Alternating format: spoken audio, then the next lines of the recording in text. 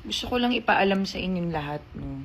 Yung nangyari kahapon na medyo naiyak ako sa live. Hindi ako naiyak sa live dahil nahihiya ako mag-live. Okay? Kasi ako, proud ako maging live seller ng TikTok, ng mga brands na pinaniniwalaan ko. Okay? Sobrang saya ko din mag-live. Okay? Na kahit may pinagdadaanan, kung ano man yan, nagla-live ako. I show up. Okay, nag-show up ako, maharap ako sa inyo na maayos, nagla-live ako na maayos. Happy ako sa pagla-live, sobra. Kaya ako na bad trip kahapon because of that one person na walang puso at napakawalang hiya. Okay? Pero yung pagla-live sell, I love it.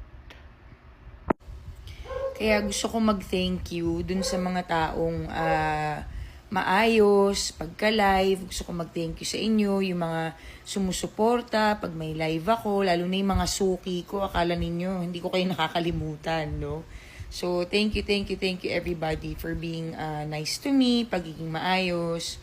Masasabi ko lang dun sa mga talagang gusto lang mamikon, no? Sa taong nagtatrabaho lang ng maayos at ginagawa yung gustong-gusto niya, wala, babawasan ko na yung pagbabasa ng comments and I will do my best para hindi masira yung trabaho kung gustong-gusto kong ginagawa ng dahil sa inyo. Again, thank you everybody sa mga sumusuporta. Salamat sa inyong lahat.